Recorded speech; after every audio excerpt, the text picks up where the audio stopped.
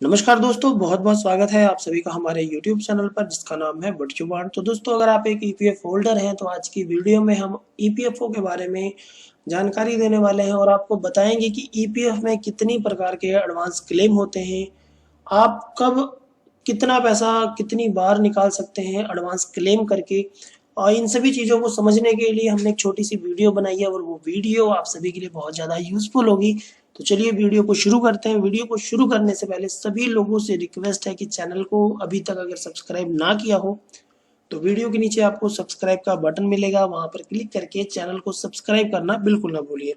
तो दोस्तों, types of advance claims in EPF advance claim कितनी तरह के हैं, कब और कितनी बार ईपीएफ से हम पैसा निकाल सकते हैं, इन सभी चीजों को समझने के लिए हम वीडियो को कर लेते हैं शुरू। तो दोस्तों, आप यहाँ पर देख सकते हैं कि ईपीएफ में जितने भी एडवांस क्लेम हैं वो यहाँ पर लिखे हुए हैं। Non receipt of wages, natural climates, purchase of handicap equipments, illness, power cut, outbreak of pandemic, construction of house के लिए भी आप पैसा निकाल सकते हैं, मैरिज के लिए, हायर एजुकेशन के लिए, 90% विड्रॉल बिफोर रिटायरमेंट और advance for continuous unemployed for above 1 month. तो ये अलग अलग पैराज है जिसके तहत आप एडवांस क्लेम कर सकते हैं। लेकिन इन पैराज को हम ब्रीफली समझते हैं कि किस पैरा के अंडर में हम कितना पैसा और कितनी बार हम निकाल सकते हैं। तो चलिए शुरू करते हैं। तो दोस्तों, जो पहला पैरा है वो है non receipt of wages 2 month. यदि आपको 2 महीनों से किसी कारण वश सैलरी नहीं मिली, स्ट्राइक की वजह को छोड़कर, तो आप अपने पीएफ खाते से ब्याज सहित कर्मचारी शेयर की रकम एडवांस पीएफ के तौर पर निकाल सकते हैं और इस पैरा के अंडर आप जितनी मर्जी बार अपना एडवांस जो है वो क्लेम कर सकते हैं अगर आपके साथ ऐसी कंडीशन होती है तो। अब समझते हैं नेचुरल क्लाइमेट्स।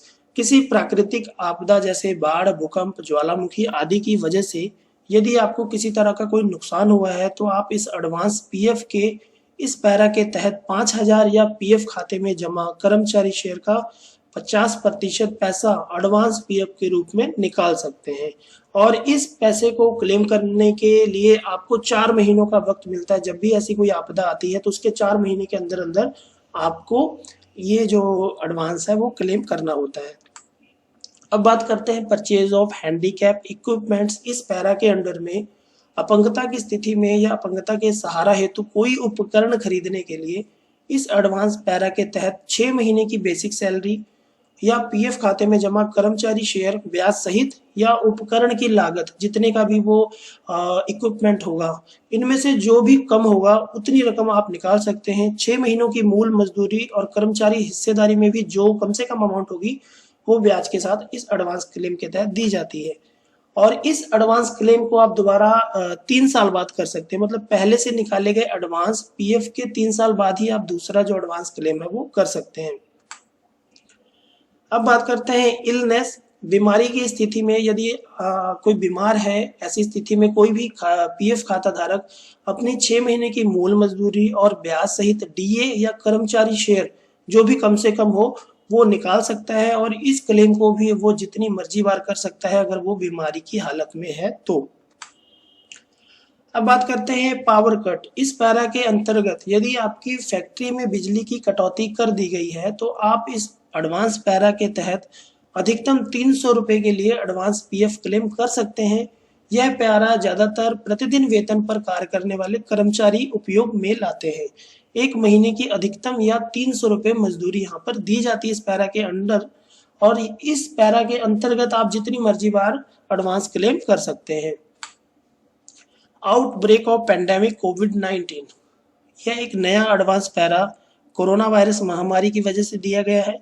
इसके तहत कर्मचारी अपने 3 महीने की बेसिक सैलरी या अपने पीएफ खाते में जमा कर्मचारी शेयर तथा नियोक्ता शेयर का 75% दोनों में से जो कम से कम अमाउंट होगी एडवांस पीएफ के तौर पर निकाल सकते हैं। आप आउटब्रेक पेंडेमिक कोविड-19 पैरा के तहत केवल एक बार ही पैसा निकाल सकते हैं। अब बात करते हैं कंस्ट्रक्शन ऑफ हाउस। इस एडवांस पैरा के तहत आप टोटल सर्विस 5 साल की हो जाने पर ही एडवांस के रूप में पैसा निकाल सकते हैं। इस एडवांस पैरा के तहत जमीन खरीदने के लिए 24 महीने की बेसिक सैलरी और महंगाई भत्ता जितना अमाउंट घर या फ्लैट खरीदने या घर बनाने के लिए 36 महीने की बेसिक सैलरी या पीएफ खाते में जमा कर्मचारी शेयर तथा नियोक्ता शेयर ब्याज समेत के योग दोनों में से जो कम से कम अमाउंट होगी वो एडवांस के लिए क्लेम कर सकते हैं। और इस पैरा के अंतर्गत आप केवल एक बार ही पैसा जो है वो क्लेम कर सकते हैं। अब बात करते हैं मैरिज की कंडीशन में। इस पैरा के तहत आप अपने 7 साल की नौकरी के बाद, मतलब आपकी जो सर्विस है वो 7 साल की हो जानी चाहिए, उसके बाद ही आप मैरिज के लिए पैसा निकाल सकते हैं। और इस पैरा के अंतर्गत आप स्वयं के लिए या अपने बेटा बेटी भाई बहन की शादी संपन्न कराने हेतु पीएफ का पैसा निकाल सकते हैं। इस एडवांस पैरा के तहत आप पीएफ खाते में जमा पैसे ब्याज सहित कर्मचारी शेयर का 50% पैसा निकाल सकते हैं। और इस क्लेम को भी आप लाइफ में 3 बार ही कर सकते हैं। अब बात की जाए हायर एजुकेशन की। इस पैरा के तहत आप अपने 7 साल की नौकरी के बाद स्वयं के लिए या अपने बेटा बेटी भाई बहन की शादी संपन्न कराने हेतु पीएफ का पैसा निकाल सकते हैं। इस एडवांस पैरा के तहत आप पीएफ खाते में जमा पैसे ब्याज सहित कर्मचारी शेयर का 50% हिस्सा निकाल सकते हैं। और ये भी क्लेम आप 3 बार ही कर सकते हैं। 90% विड्रॉल बिफोर रिटायरमेंट। 54 वर्ष की आयु के बाद आप सेवानिवृत्ति रिटायरमेंट के 1 वर्ष के पहले इस एडवांस पैरा के तहत अपने पीएफ खाते में जमा टोटल पीएफ बैलेंस का 90% जो पैसा है वो एडवांस के रूप में निकाल सकते हैं। तो दोस्तों ये थी छोटी सी जानकारी। वीडियो अच्छी लगी हो तो वीडियो को लाइक कीजिएगा, चैनल को सब्सक्राइब करना बिल्कुल ना भूलिएगा। Thanks for watching.